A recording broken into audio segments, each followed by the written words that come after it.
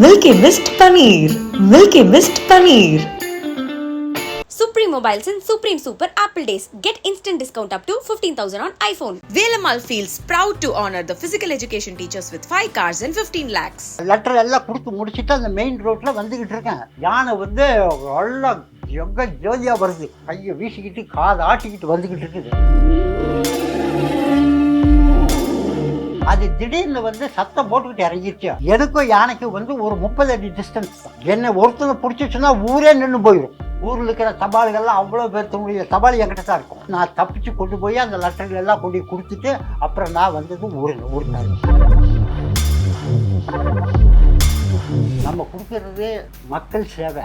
தபால் கொடுக்கணும். அந்த தபால் கொடுக்க வரும்போது ஆணையை கண்டோ, புலியை கண்டோ, நாய் சிறுத்தையை கண்டோ, கரடி கண்டோ நான் எதுக்கும் பயப்படணும்? எனக்கு பயப்பட வேண்டிய அவசியம் இல்லை. நான் பயப்படுறது லெட்டருக்கு தான். யானை விட பல மடங்கு பவர்ஃபுல்லானது இந்த கடிதம். எந்த லெட்டராக இருந்தாலும் சரி, சாதாரண ஒரு கிரீட்டிங் கார்டாக இருந்தால் கூட போவோம். அந்த நேரத்துக்கு அதை கொண்டு போய் கொடுத்தா தான் அதுக்கு வேல்யூ. ஆனால் உங்களுக்கு ஒரு பதட்டம் இருக்கும். சரி அவர் வர்ற வரைக்கும் நடுவில் கூட நாங்கள் ஃபோன் பண்ண மாட்டோம். சரி அங்கே ஏதாவது மிருகம் இருந்தால் அந்த சத்தம் கேட்டால் வந்து என்ன இருக்கும் உங்களுக்கு? முடிஞ்சமான வரைக்கும் நான் வந்து அடுத்து வீட்டு வந்து நான் எதுவுமே நான் வாங்க மாட்டேன், நான் கொடுப்பேன். இவர் யாருக்கிட்டையும் சொல்லாமல் வந்துட்டாரு.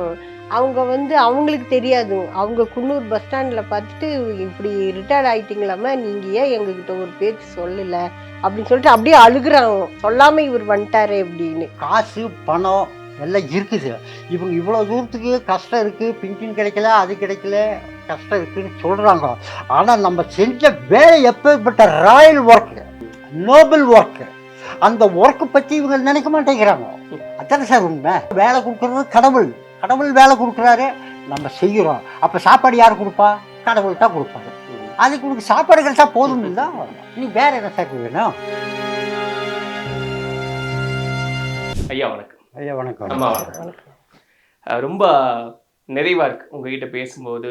சரி. ஏன்னா அந்த தபாலினுடைய உணர்வு முதல்ல என்ன, இன்னைக்கு நம்ம ஒரு செய்தியா உடனே போன் எடுக்கிறோம், ஹலோ வரேங்க வந்துடுறேன் அப்படின்னு சொல்லிடும். ஆனா அன்னைக்கு அப்படி காலம் இல்லை இல்லையா? அந்த உணர்வு பத்தி சொல்லுங்க. அது எவ்வளவு அலாதியானது, காத்திருந்து ஒருத்தர் ஒரு செய்தியை தெரிஞ்சுக்கிறது அப்படின்றது எவ்வளவு முக்கியமானது. தபால் சேவை வந்து தபால் அலுவலகத்துக்கும் மக்களுக்கும் ஒரு நெருங்கிய தொடர்பு உண்டு. அந்த தொடர்புனால வந்து மக்களுக்கு வந்து தபால் ஆபீஸ் மேல நல்ல ஒரு நம்பிக்கை இருக்கு. ஏன்னு கேட்டீங்கன்னாக்கோ, அப்போ வந்து போன் வசதியோ, இப்ப கூட போன் வசதியா இருந்தாலும் இந்த கிராமத்தில் இருக்கிற மக்களுக்கு, அங்க இருக்கிறவங்களுக்கெல்லாம் இதை பத்தி எல்லாம் ஒண்ணுமே சரியா தெரியாது. இன்னும் தபால் தான் நம்பிக்கிட்டு இருக்காங்க. அவங்களுக்கு வந்து தபால் இருக்கக்கூடிய ஒரு கடிதம் வந்திருக்குன்னு தெரிஞ்சால் அவங்க வந்து சந்தோஷத்துக்கு அளவே இல்லை. இப்போ உங்களுக்கு ஒரு கடிதாசி வந்திருக்குன்னு அவங்களுக்கு சந்தோஷம், ரொம்ப சந்தோஷம். அவங்க கடிதாசி வந்துருச்சு, படிக்க போஸ்ட் நான் அப்படின்னு அவங்க வந்து நான் வந்து அவங்களுக்கு படிச்சு காட்டுவேன். அவங்களே பிரிச்சு கொடுத்து படிப்பேன். அதுல வந்து நீங்க நலமா, நான் நலமா, நல்லா இருக்கிறேன், எப்போ வரா, ஏது வரான்னு இதுதான் எழுதியிருப்பாங்க. ஆனா அப்படி நீங்க படிக்கவே சிலர் கண் கலங்குறதெல்லாம் கலங்குறது இருக்குது. அவங்களுக்கு சந்தோஷம். அந்த சந்தோஷத்துல வந்து அப்படியே கண் கலங்கி ஆனந்த கண்ணீர் அதெல்லாம் பலது பார்த்திருப்பீங்களா? ஆமா, நிறைய பார்த்துருக்கேன். அப்புறம் அது இல்லாத வந்து இந்த அப்பாயின்மெண்ட்டுக்கோ பசங்களுக்கு வேலை வாய்ப்பு வேண்டிக்க வரும், அப்புறம் இன்டர்வியூ வரும். அந்த இன்டர்வியூ இதெல்லாம் வந்து லெட்டர், எந்த லெட்டரா இருந்தாலும் சரி, சாதாரண ஒரு கிரீட்டிங் கார்டா இருந்தா கூட போவோம். அந்த நேரத்துக்கு அதை கொண்டு போய் கொடுத்தா தான் அதுக்கு வேல்யூ. ஒரு நாள் 2 நாள் அதுக்கு லேட் ஆச்சுன்னா கூட அது அவங்க வந்து சரி கொடுங்கன்னு சொல்லிட்டு எதாவது வாங்கிக்குவாங்க. இருந்தாலும் அவங்களுக்கு வந்து அவ்வளவு திருப்தி இருக்காது.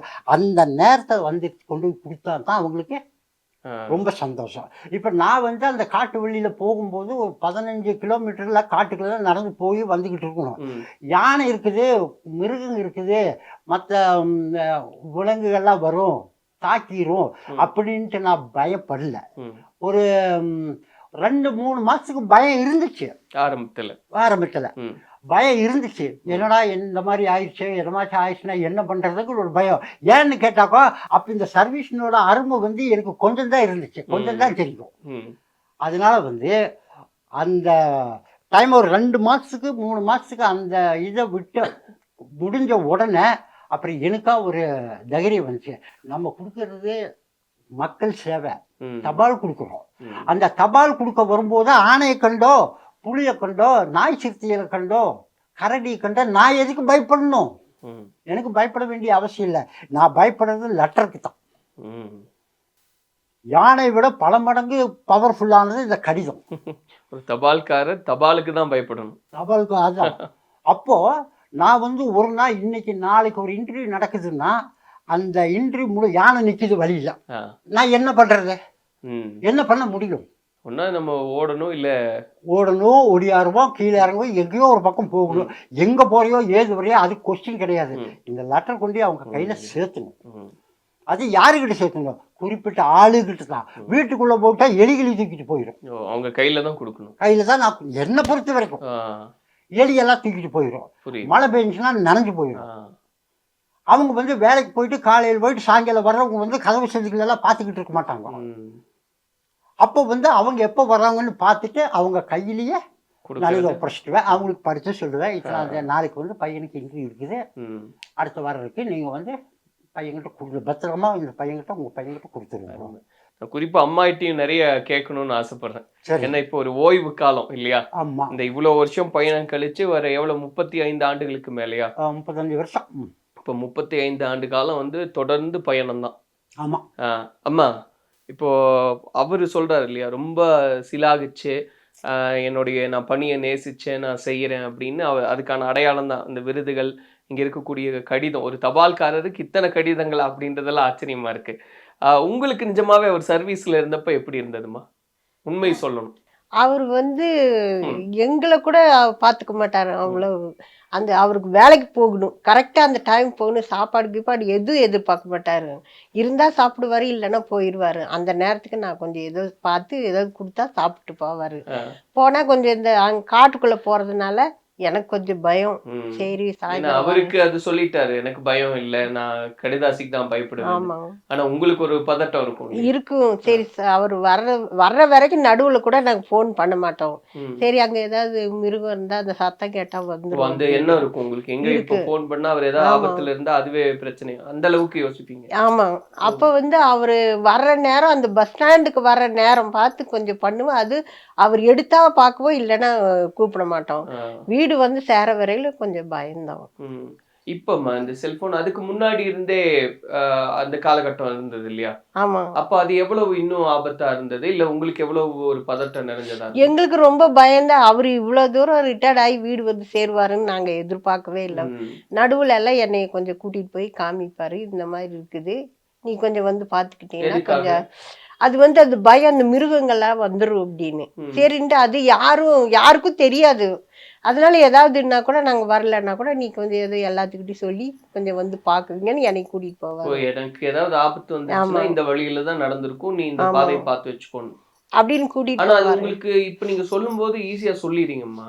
அன்னைக்கு அவர் அந்த இடத்துக்கு நிஜமாவே கூட்டிட்டு போய் காமிக்கும் போது எப்படி இருந்தது உங்க மனநிலை? அவரு வந்து கூட வர்றதுனால எனக்கு அவ்வளவு ஒண்ணும் பயம் இல்ல. கூட வர்றாரு, ஆனா நோக்கம் வேற இல்ல. ஆமா. ஆனா இருந்தாலும் பயம்தான். ஏதாவது வந்துட்டா கூட ஏதோ இந்த பக்கம் ஒருத்தர் ஓடணுமே அப்படின்னு கொஞ்சம் பயம் இருந்துச்சு. இருந்தாலும் கொஞ்சம் இவரு இருக்கிறாருன்ற ஒரு தைரியத்துல போயிட்டு வந்துட்டு. ஆனா நீங்க கேட்டது உண்டாமா, வேண்டாமே இப்படி ஒரு ஆபத்து நிறைஞ்ச வழியில போகணுமா, யானை வரும், மிருகங்கள்லாம் வரும், உயிருக்கே ஆபத்தே அப்படின்னு சொன்னது உண்டா? சொல்லியிருக்கவங்க அங்க இருக்கிறவங்களும் எல்லாம் சொல்லியிருக்காங்க. அவரு போறாரு, நீ ஏமா போற, நீ அங்க அவரு தான் போறாரு, லெட்டர் இருக்குது போற, நீ ஏன் இது கூட போற, நீ போகாதீங்கன்னு இவருக்கிட்டையும் சொல்லுவாங்க, எங்கிட்டையும் சொல்லுவாங்க. அப்ப கூட சரி இவரு நாங்க கடவுள் எப்படியோ காப்பாத்துட்டோம்னு சொல்லிட்டு நாங்க போயிடுறோம். அவர் வீடு வந்து சேர வரை எங்களுக்கு நம்பிக்கையே இருக்காது. அவ்வளவு ஒரு ஆபத்தான இடம். ஆமா. உயிரை கையில. ஆமா ஆமா. இப்ப இந்த பணி நிறைவு, இப்ப முழுமையா பணி நிறைவாகி அதுக்கான பாராட்டுகள் இன்னைக்கும் தொடர்ச்சியா அந்த விஷயங்கள் பேசப்பட்டுக்கிட்டே வருது, அவரை பத்தி பேசிக்கிட்டே இருக்காங்க. அதெல்லாம் ஒரு பெரிய சந்தோஷம். ஏன்னா அது ஒரு உண்மையான பணியை நேசிச்சு செய்யறவங்களுக்கு கிடைக்கக்கூடிய ஒரு வெகுமதி, அது கடைசி வரைக்கும் கிடைக்கும். ஆனா இப்ப அவர் வீட்டுல இருக்காரு இல்லையாமா, அப்ப ஒரு பதட்டம் இருந்தது, இப்ப உங்களுக்கு எப்படி இருக்கு? இப்ப நல்லா இருக்குது. இப்ப எங்க போனாலும் என்னை கூட்டிட்டு போயிடுவாரு. ஏதாவது இந்த அவார்டு கொடுக்குற மாதிரி இருந்தா கூட நானும் தான் கூட போவேன். அப்புறம் இப்ப வந்து எந்த பயமும் இல்லை. வீட்டுல இவ்வளவு தூரம் கடவுள் கொண்டு சேர்த்துட்டாரேன்னு ஒரு மனசு திருப்தி. உங்களுக்கு எவ்வளவு பசங்க பொண்ணுங்க? ஒரு பையன் ஒரு பொண்ணு. அவங்க எல்லாம் அப்பா கிட்ட சொன்னது இந்த அப்பா வேண்டாம்ப்பா அது பயமா இருக்கு அப்படி எல்லாம் அவங்க எல்லாம் சொல்ல மாட்டாங்க. இவருடைய கஷ்டத்தை வந்து யாருக்கிட்டையும் சொல்ல மாட்டாரு. என்ன நடக்குதுன்னு ஒண்ணு வெளியில அவங்களுக்கு என்ன அந்த காட்டுக்குள்ள நடக்குதுன்னு இவங்க 2 பேருக்குமே தெரியாது. எனக்கு மட்டும் கொஞ்சம் தெரியும். இருந்தாலும் நான் சரி அவருடைய வேலை அவருக்கு முக்கியம்னும் போது நாங்க பேசாம விட்டுருவோம். ஆனா அதை நினைச்சு வருத்தப்பட்டது உண்டா? பட்டு அப்புறம் அது அப்படியே சரியாயிடுச்சு. இல்ல, ஏன்னா சில சந்தர்ப்பங்கள்ல ரொம்ப ஆபத்தான சூழ்நிலைகளை அவரு சந்திக்கிறார். அப்படி இருக்கும்போது அது உங்களுக்கு தெரிய வரும்போது எப்படி இருக்கு? பயம்தான், இருந்தாலும் மனசெல்லாம் கொஞ்சம் ரிலாக்ஸ் ஆயிடுச்சு. இப்ப ஆயிடுச்சு. சரி எப்படி ஆனாலும் சரி, அப்படி ஆனாலும் சரி, இப்படி ஆனாலும் சரின்னு சொல்லி மனசெல்லாம் திருப்தி படுத்தாச்சு. அவர் ரிட்டையர்ட் ஆகி வீட்டுக்கு வந்துட்டாரு. அதுல ஒரு சந்தோஷம். சந்தோஷம். நம்ம வீட்டுக்காரர் இன்னைக்கு வெளிநாடுகள்ல இருந்து, வெளி மாநிலங்கள்ல இருந்து, அரசாங்கத்துல இருந்து, அக்கம் பக்கத்துல இருந்து தெரிஞ்சவங்க தெரியாதவங்க அத்தனை பேரும் பாராட்டுறாங்க இல்லையா? அந்த ஒரு கடிதாசி வருது, அவரை வாழ்த்தி வருது, அவரை வாழ்த்தி ஒரு புத்தகம் வருது, அவரை வாழ்த்தி ஒரு விருது வருது. அதெல்லாம் எவ்வளவு மகிழ்ச்சியா இருக்கு. மகிழ்ச்சியா இருக்குதுங்க. ஆனா சொந்த பந்தம் தான் இல்லைங்க. ஏன்னா இவரு எங்கேயும் போக மாட்டாரு, சொந்த பந்தத்துக்குள்ள போக மாட்டாரு. இவருக்கு வேலை தான் முக்கியம். இருந்தாலும் எல்லாத்துக்கும் கொஞ்சம் கோபம் தான். ஆனா எங்களை கொஞ்சம் தள்ளி ஒதுக்கி வச்சிருக்க மாதிரி வச்சிருக்காங்க. இதனாலயே நாங்க எங்கேயும் போறதில்ல வர்றதில்ல அப்படின்னு. என்னதான் நான் போனாலும் இவர் கூட வரும்போது அதோட பவர் வராது தானே. அதனால அப்படியே ஒதுக்கி வச்சிருவாங்க. இருந்தாலும் அதை பத்தி இவர் கேர் பண்ணிக்கவே மாட்டாரு. சொந்த பந்தம் இல்லைனாலும் பரவாயில்ல அப்படின்னு சொல்லி அப்படியே விட்டாச்சு. உங்களுக்கு இப்ப நீங்க வேலைக்குன்னு போயிட்டீங்கன்னா வீட்டை பத்தின நினைவுகள்லாம் இருக்குமா? அதை எப்படி சமாளிப்பீங்க? வீட்டு பத்தின நினைவுகள்லாம் இருக்கும். இருந்தாலும் அந்த நினைப்பை வச்சுனா அந்த நினைப்பிலேயே இருந்தேன்னாக்கா எனக்கு இந்த லெட்டர் கொடுக்கறதுல பிரச்சனை ஆயிடும். அதனால வீட்டு லெட்டருன்னு கையில் எடுத்துட்டுனா மேக்சிமம் முடிஞ்சமான வரைக்கும் வீட்டை பற்றி நினைக்க மாட்டேன், யாரை பற்றியும் நினைக்க மாட்டேன். லெட்டருன்னா லெட்டர் தான். மணி ஆர்டர் கொண்டு போய் கொடுக்கும்போது மக்கள் எல்லாம் வேலைக்கு போயிடுவாங்க. அங்கங்கே இந்த இலையெல்லாம் பிடிப்பாங்க இல்லைங்களா, இந்த டீ எஸ்டேட்டு இதிலெல்லாம் மக்கள் எல்லாம் லேபர்ஸுங்களுக்கு தான் இந்த மாதிரியெல்லாம் நிறைய மணி ஆர்டர்லாம் வரும். அவங்க எங்கே இருக்காங்களோ அங்கே கேட்டுக்கிட்டு அவங்க இருக்கிற இடத்துக்கே போயிடுவேன்.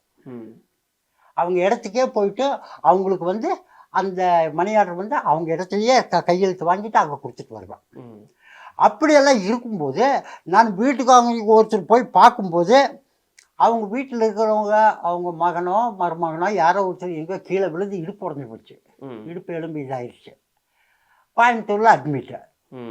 நான் என்ன பண்ணலாங்க, மணி ஆர்டர் என் கையில் இருக்கு 1000 ரூபாய், அதாவது அரசாங்கம் கொடுக்குற ஓய்வூதியம், அதுக்கு பேர். அந்த ஓய்வூதியம் என்கிட்ட இருக்கு. நான் அவங்களுக்கு நான் கொண்டு போய் கொடுக்கணும், இல்லை கொடுத்து தான் ஆகணும். என்ன பண்ணுறது யோசனை பண்ணி பார்த்தேன். விடிஞ்சா ஞாயிற்றுக்கிழமை, சனிக்கிழமை அன்னைக்கு நான் என்ன பண்ணுறது, நாங்கள் 2 பேரும் போயிட்டோம், கோயம்புத்தூர் ஹாஸ்பிட்டலுக்கே போயிட்டோம். எந்த ஹாஸ்பிட்டல்னு எல்லாம் கேட்டு விசாரிச்சுக்கிட்டு நேராக அந்த ஆஸ்பத்திரிக்கே போயிட்டு அந்த அம்மாட்ட ஐயோ நம்ம போஸ்ட்காரர் இங்கே வந்திருக்காரு அப்படின்னு சொன்னோன்னே அப்புறம் அந்த அம்மாவுக்கு அந்த 1000 ரூபாயை கொடுத்துட்டு அவங்க பேஷண்ட்டுக்கு ஒரு 100 ரூபாயும் சேர்த்து கொடுத்துட்டு சரிம்மா நீங்கள் பத்திரமா பார்த்துக்குங்க, அவர் நல்லபடியாகி சீக்காயி நல்லாவே வரட்டும் வெளியே அப்படின்னு சொல்லிட்டு ஒரு 2-3 மாதம் கொடுத்துட்டு வந்தேன். அந்த மாதிரி நிறைய லெட்டருங்க அதாவது இந்த மழை பெஞ்சு ரொம்ப கஷ்டம், விலங்குகள் இதெல்லாம் நிறைய பேர் வீடு பெயர்ந்துருப்பாங்க. அவங்க எங்கெங்கே வீடு இருக்காங்களோ நேராக அங்கேயே போயிடுவேன் நான். அங்கே கண்டுபிடிச்சி போயிடுவேன். ஏன்னா கேட்டாக்கா அவங்க ரீடைரக்ட் அட்ரஸ் கொடுக்கணும். எனக்கு வேற இடத்துக்கு போகணுன்னாக்கா எனக்கு எங்கே போகிறோங்கிறது தெரிவிக்கணும் இல்லை. அவங்க தெரிவிக்கக்கூடிய அளவுக்கு அவங்களுக்கு விஷயம் இல்லை. அவங்களுக்கு அவங்க சொல்ல மாட்டாங்க, போயிடுவாங்க. இவங்க எங்கேயும் போயிட்டாங்க, இவங்க அங்கே போயிட்டாங்க, இங்கே போயிட்டாங்கன்னு சொல்லுவாங்க. ஓகே, வீட்டில் நான் விசாரிச்சுக்கிட்டு நேராக அங்கே போயிடுவேன். முடிஞ்சமான வரைக்கும் நான் அடுத்த வீட்டு நான் எதுவுமே நான் வாங்க மாட்டேன். சரி, நான் முடிஞ்சமான வரைக்கும் நான் எவ்வளவு ட்ரை பண்ணி வாங்க முடியாமல் இருக்குதோ அதெல்லாம் வேண்டான்றவன் நான் கொடுப்பேன். இந்த மக்கள் அதாவது மலைவாழ் மக்கள்லாம் நான் அவங்களுக்கெல்லாம் ரொம்ப கொஞ்சம் கஷ்டத்தில் இருப்பாங்க. அவங்க இருந்தாலும் இந்த போஸ்ட் நான் வையுங்கன்னு சொல்லி போட்டு 10 ரூபாயோ 20 ரூபாயோ போய் டீ குடிச்சிட்டு போங்கன்னு கொடுப்பாங்க. இருந்தாலும் நான் வீட்டுக்கு வரேன், நீ வீட்டில் டீ போட்டு கொடு, நீ எது காசில் எனக்கு கொடுக்க வேண்டாம்னு நான் நிறைய பேருக்கு சொல்லிடுவேன். அந்த மாதிரி சொல்லி நான் யார்கிட்ட நானும் வாங்க மாட்டேன். முடிஞ்சமான வரைக்கும் நான் அவங்களுக்கு எவ்வளோ தூரத்துக்கு என்னால் செய்ய முடியுமோ, ஒரு போஸ்டல் சர்வீஸில் எவ்வளோ தூரத்துக்கு அவங்களுக்கு இந்த சர்வீஸ்க்கு கொடுக்க முடியுமோ அவ்வளோ சர்வீஸை நான் என் மனசார நான் கொடுத்தேன். அதனால அவங்களுக்கு ரொம்ப சந்தோஷம். பணி நிறைவு நாள் அப்படின்றது இருக்கு இல்லையா? ஆமாம். நீங்கள் அந்த ஊர்க்காரங்க கிட்ட சொல்கிறீங்க இன்னையோட என் சர்வீஸ் முடியுது, அது உண்மையாவே எப்படி இருந்தது? எனக்கு அந்த நாள் நினைச்சு பார்த்து ஒரு முறை சொல்ல முடியுமா? அந்த நாள் வந்து நான் யார்கிட்டயுமே சொல்லல. ம். இவர் யாருக்கிட்டையும் சொல்லாம வந்துட்டாரு. அவங்க வந்து அவங்களுக்கு தெரியாது. அவங்க குன்னூர் பஸ் ஸ்டாண்ட்ல பார்த்துட்டு, இப்படி ரிட்டையர்ட் ஆயிட்டீங்களாம்மா, நீங்க ஏன் எங்ககிட்ட ஒரு பேச்சு சொல்லல அப்படின்னு சொல்லிட்டு அப்படியே அழுகுறாங்க. சொல்லாம இவர் வந்துட்டாரே அப்படின்னு. நீங்க இருந்தீங்க அந்த நாங்க 2 பேர் தான் இருக்கிறோங்க. அந்த அம்மா அப்படியே அழுகுறாங்க. எங்ககிட்டயே ஒரு பேச்சு கூட சொல்லல, நீங்க இப்படி சொல்லாம வந்துட்டீங்களே அப்படின்னு சொல்லிட்டு அப்புறம் அவங்க ரொம்ப வேதனைப்பட்டாங்க. சரி நாங்களும் பேசாம இருந்துட்டு நாங்க சொன்னா நீங்க ரொம்ப வருத்தப்படுவீங்கன்னு நான் சொல்லல. ஆனா உங்களுக்கு அது தெரியும் இல்லையா? ஏன்னா அவங்களுக்கு தெரியல. அவங்க என்ன நினைச்சிருப்பாங்க, வழக்கமா வர்றாரு, நாளைக்கு வருவார். அவர் ஆனா உங்களுக்கு ஒருத்தர் பார்க்கும்போது நாளைக்கு நான் பார்க்க மாட்டேனே, உங்களை இதுக்கப்புறம் எவ்வளவு இது அடிக்கடி பார்க்கறதுக்கான வாய்ப்பு இல்லையேன்னு அந்த வருத்தம் எப்படி இருக்கு? அந்த வருத்தம் எனக்கு இருக்கு, ரொம்ப வருத்தம் இருக்கு. அவங்கள டெய்லி போய் பார்க்க முடியலையேன்னு. இருந்தாலும் நான் வாரத்துக்கு ஒரு தடவை போயிட்டு வந்துடுவேன். ஓ, இப்பவும் போறது உண்டு. இப்போ போய் அந்த நம்பிக்கை இருந்தனால அது உங்களுக்கு பெரிய வழி தெரியல. வழி தெரியல. அதனால அவங்கள போய் பார்த்துட்டு அவங்களெல்லாம் முடிச்சுட்டு ரிட்டையர்ட் ஆகிட்டு ஒரு மாதம் 2 3 4 மாதத்துக்கெல்லாம் வந்து நான் முடிஞ்சமான வரைக்கும் நான் அங்கே போயிட்டு தான் வந்துக்கிட்டு இருக்கேன். ஐயா சொன்னார்ல அந்த ரிட்டையர்மெண்ட் பற்றி வந்தாச்சு, அந்த அம்மா அழுகிறாங்க. அதெல்லாம் முடிஞ்சதுக்கப்புறம் வழக்கமாக வேலைக்கு போயிட்டு இருந்த ஒரு மனிதர் அடுத்த நாள் எப்படி இருந்தது? ஏன்னா நம்ம ஊரில் சொல்லுவாங்கல்ல, என்ன பாடுன வாயும் ஆடுன காலம் சும்மா இருக்காதுன்ற மாதிரி. அடுத்த நாள் உண்மையாவே எப்படி இருந்தது? வீட்டுல இருந்தாரா இல்ல அவருக்கு மனநிலை எப்படி இருந்தது? அவரு அதெல்லாம் கண்டுக்கிறது இல்லை. எனக்கு தான் கொஞ்சம் வேதனையா இருந்துச்சு. எப்படி டெய்லி இவரு வேலைக்கு போயிடுவாரு. இன்னைக்கு இவரு வீட்டுல இருக்குது, இவருடைய சர்வீஸும் முடிஞ்சிருச்சு. சரி இப்படியே தான் இருக்கணும். சரி நம்மளுக்கு கொஞ்சம் வருமானமும் கொஞ்சம் கம்மி. இவ்வளோ நாளாக போயிட்டு இருந்தாது ஏதோ கொண்டு வந்து கொடுத்தாரு. இனி இப்போ கொஞ்சம் வருமானம் எல்லாம் கம்மியாக இருக்கிறதுனால இருக்கிறத வச்சு அப்படியே அட்ஜஸ்ட் பண்ணிட்டு போக வேண்டியதான்னு கொஞ்சம் வருத்தம். இது வரைக்கும் வருத்தம் தான். என்ன, ஏன்னா எங்களுக்கு பென்ஷன் எல்லாம் எதுவும் கிடையாது. அதனால ஏதோ இப்போ பசங்க கொஞ்சம் ஏதோ கொடுக்குறானுங்க, அது கொஞ்சம் வாங்கி அப்படியே செலவு பண்ணிட்டு இருக்கிறோம். ஆனா அது ஒரு கஷ்டமான ஒரு ஆமா, சூழ்நிலை. எங்களுக்குன்னு இவர் கஷ்டப்பட்டதுக்கு எங்களுக்குன்னு எந்த வருமானமும் இல்லை. சார், காசு பணம் எல்லாம் இருக்குது. இவங்க இவ்வளோ தூரத்துக்கு கஷ்டம் இருக்குது, பென்ஷன் கிடைக்கல, அது கிடைக்கல, ஒன்றும் கிடைக்கல, எங்களுக்கு கஷ்டம் இருக்குன்னு சொல்கிறாங்க. ஆனால் நம்ம செஞ்ச வேலை எப்பேற்பட்ட ராயல் ஒர்க்கு, நோபல் ஒர்க்கு, அந்த ஒர்க்கை பற்றி இவங்க நினைக்க மாட்டேங்கிறாங்க. அந்த வேலை, அதாவது பகவத்கீதையில் என்ன சொல்கிறான்னு கேட்டாக்கோ, உன்னுடைய கடமையை பலனை எதிர்பார்க்காங்க. அதானே சார் உண்மை. நம்ம பலன் எதுக்கு எதிர்பார்க்குறோம்? வேலை கொடுக்குறது கடவுள் வேலை கொடுக்குறாரு, நம்ம செய்கிறோம். அப்போ சாப்பாடு யார் கொடுப்பா? கடவுள் தான் கொடுப்பாரு. அதுக்கு உனக்கு சாப்பாடு கிடைச்சா போதும் இல்லை, நீ வேற என்ன சார் வேணும்? சரி, இல்ல அது எப்பவுமே வீட்டுல ஒரு எண்ணம் உண்டு இல்லையா? சரி, அது அம்மா யதார்த்தமா கேக்குறாங்க. ஆனா ஐயா சொன்ன மாதிரி கடமை செய் பலனை எதிர்பார்க்காதே அப்படின்னு சொன்னதுனாலதான் இன்னைக்கு இத்தனை பேர், இவங்கெல்லாம் யாருன்னு நீங்க நேர்ல பார்த்தது உண்டா? இல்ல. ஆனா இத்தனை பேர் கடிதாசி, இதுல அரசாங்கத்தினுடைய கடிதாசி இருக்கு, இதுல புத்தகம் ஐயாவை பத்தி அள்ளித்தந்த பூமியில டாக்டர் நல்லி குப்புசாமி செட்டியார் அவருடைய பிறந்த நாளுக்கு வரக்கூடிய ஒரு புத்தகம் இது. இதுல நம்ம ஐயாவை பத்தி எழுதியிருக்காங்க. நம்பிக்கை தரும் ஆச்சரிய மனிதர் அப்படின்ற தலைப்புல ஐயாவை பத்தி ஒரு அந்த கட்டுரையை எழுதியிருக்காங்க. அதுல நிறைவா ஒரு விஷயத்த மட்டும் நான் படிக்கணும்னு ஆசைப்படுறேன். இவர் தனது பணியின் கடைசி 10 வருடங்களில் அரசு விடுமுறை நாட்கள் தவிர ஒரு நாள் கூட பணிக்கு செல்லாமல் இருந்ததில்லை. இவரின் பணிக்காலம் முடிவடைந்து ஓய்வு பெற்ற போது பணியின் கடைசி நாளன்று அந்த ஊர் முதியவர் ஒருவரிடம் தான் ஓய்வு பெறப்போவதாக இவர் கூறிய போது அந்த முதியவர் துக்கம் தாழாமல் இனிமேல் இவர் தமது வீட்டுக்கு தபால் வழங்க வரமாட்டாரோ என்று கதறி அழுதிருக்கிறார். இதைவிட சிறந்த வகையில் பணியிலிருந்து ஓய்வு பெற ஒருவரால் முடியுமா என்பது சந்தேகம்தான். இப்படித்தான் வாழ வேண்டும், செய்யும் தொழிலே தெய்வம் என்று எண்ணி வாழ்பவர்களுக்கு தெய்வத்தை விட உடன் பயணிக்கும் மக்கள் உயர்ந்த அந்தஸ்தை அளிப்பார்கள் என்பது திண்ணம். அது இப்ப பத்ம விபூஷன் விருதை வென்றிருக்கக்கூடிய நல்லி குப்புசாமி அவர்கள் எழுதியிருக்காங்க இல்லையா? இது போக நிறைய கடிதங்கள் நான் பாக்குறேங்க ஐயா. இந்த கடிதங்கள்லாம் நிறைய இருந்தது, நான் படிச்சு பார்த்தேன். இந்த கடிதம் நெதர்லாந்துல இருந்து வந்திருக்கு. நீங்க பார்த்துருந்தீங்கன்னா தெரியும். அந்த போஸ்ட் கார்டு அனுப்பியிருக்காங்க. அதில் ஐயாவினுடைய அந்த சேவையை ஆர்டிக்கலில் நாங்கள் படித்தோம், அதில் பார்த்து தெரிஞ்சுக்கிட்டோம். நீங்கள் ஒரு ஹீரோ, நீங்கள் ஒரு சிங்கம் அப்படின்றதே குறிப்பிட்டிருக்காங்க. You are a hero, a line அப்படின்றதெல்லாம் குறிப்பிட்டு உங்களுக்கு எப்போவுமே நாங்கள் நன்றி கடன் பட்டிருக்கோம் அப்படின்னு நெதர்லாண்ட்லேருந்து அவங்க வந்து ஒரு கடிதத்தை எழுதியிருக்காங்கன்றது பார்க்குறோம். நீங்கள் சொல்கிறீங்க ஓய்வு காலத்தில் நான் ரொம்ப மகிழ்ச்சியாக தான் இருக்கேன். ஆனாலும் இதெல்லாம் நினச்சா இன்றைக்கும் எனக்கு தூக்கம் வர்றதில்லை. அந்தளவுக்கு ஆபத்து நிறைஞ்சிருந்தது தான் இந்த வாழ்க்கை, இந்த பயணம். அப்படின்னா எந்த நிகழ்வுகளை எல்லாம் சொல்லுவீங்க? லெட்டர் எல்லாம் கொடுத்து முடிச்சுட்டு அந்த மெயின் ரோட்ல வந்துகிட்டு இருக்கேன். வந்துகிட்டு இருக்கும்போது யானை நிக்கிறது எனக்கு தெரியல. அது திடீர்னு வந்து சத்தம் போட்டுக்கிட்டு இறங்கிருச்சு. எனக்கும் யானைக்கு வந்து ஒரு 30 அடி டிஸ்டன்ஸ் தான். 30 அடி தான், 10 மீட்டர்.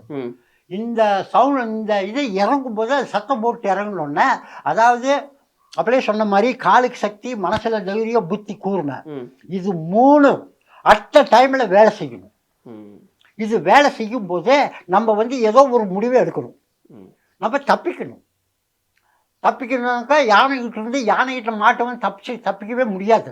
ஆனால் நான் வந்து ஒரு வேலி போட்டுட்டேன். அந்த வேலி தாண்டி மரத்துக்கு பின்னால் போய் ஒளிஞ்சுக்கிட்டோன்னா யானை கண்ணுக்கு தெரியல. ஏன்னு கேட்டாக்கோ, யானை பிடிக்கிறது விஷயம் வேற. என்னை ஒருத்தனை பிடிச்சிச்சுன்னா ஊரே நின்று போயிடும். ஊரில் இருக்கிற தபால்கள்லாம் அவ்வளோ பேர் தன்னுடைய தபால் என்கிட்ட தான் இருக்கும். நான் எல்லாம் கொண்டு கொடுக்கணும் இல்ல. அதனால வந்து அந்த மாதிரி துரத்திட்டு வந்து நான் தப்பிச்சு கொண்டு போய் அந்த லெட்டர்கள் எல்லாம் கொண்டு கொடுத்துட்டு அப்புறம் நான் வந்தது ஒரு டைம். இன்னொன்று வந்து போய்கிட்டு இருக்கும்போது ஆப்போசிட்ல யானை வந்துருச்சு. அந்த ட்ரெயின் ட்ராக்ல அந்த பாலத்துக்கிட்ட போய்கிட்டு இருக்கும்போது யானை வந்து நல்லா ஜோதியா வருது. கையை வீசிக்கிட்டு காதை ஆட்டிக்கிட்டு வந்துகிட்டு இருக்குது. காது எந்த இடமும் சும்மாவே இருக்காது யானைக்கு. காதை ஆட்டிக்கிட்டே தான் வரும். அப்படி வரும்போது நான் என்ன பண்ணிட்டேன், நேரம் அங்கிருந்து வந்து பாலத்து மேல நின்றுக்கிட்டேன். பாலத்து மேல யானை வராது. பிரிட்ஜ் பாலத்து மேல வராது. அது வந்து வேற வழிதான் பார்த்துட்டு போகும்போது யானை வந்து பிரிட்ஜில் வரவே வராது. பிரிட்ஜ் மேலே ஏறி நின்றுக்கிட்டோம். ஏன் இந்த அந்த டிவிக்காரர் வந்து சினிமா எடுக்கும்போது கூட என்னைய பிடிச்சாங்க. எடுக்கும்போது கூட யானை ஒன்று வந்துச்சு. நல்ல வேளை யானை வந்து பள்ளத்தில் எகிரிச்சு ஓடிடுச்சு. அதில் வந்து எல்லாம் நான் 3-4 பேர் தப்பிச்சு வந்துட்டோம். அப்புறம் அவங்க வேண்டாம், இனி போதும், நீங்கள் இருக்க வேண்டாம், நம்ம போயிடலான்னு சொல்லிட்டு அவர் நாங்கள்லாம் வந்துட்டோம். அந்த மாதிரி அது என்னுடைய டெலிவரி ஏரியா. ஒரு பயம் இருக்கும் இல்லையா? முதல் தடவை யானை வந்து நம்மளை அப்படி நேருக்கு நேரா சந்திக்குது சந்திக்கும் போது பயம் இருக்குது. பயம் இருந்தாலும் அதை விட பயமா இருக்கிறது கடிதம். அந்த கடிதம் இவங்க யானை பிடிச்சிச்சு லெட்டர் கொடுக்கலன்னு சொல்லிட்டாங்க. ஆனை பிடிச்சதை பற்றி பேச மாட்டான். லெட்டர் கிடைக்காத போச்சு அதைத்தான் பேசுவாங்க மக்கள். அது முக்கியமான ஒரு இன்டர்வியூ போச்சே, அவருக்கு ஆனை பிடிச்சிச்சு, என்ன பண்றது, இந்த மாதிரி ஆகி போச்சுன்னு சொல்லிட்டு அவன் லெட்டர் பேச்சு தான் பேசுவாங்க. அதனால நம்ம டியூட்டி எல்லாம் லெட்டர் கொடுக்கணும். பயம் இருக்கு, மனசுல பயம் இருக்கு. இருந்தாலும் நம்ம தப்பிக்கிற வழியை பார்க்கணும்.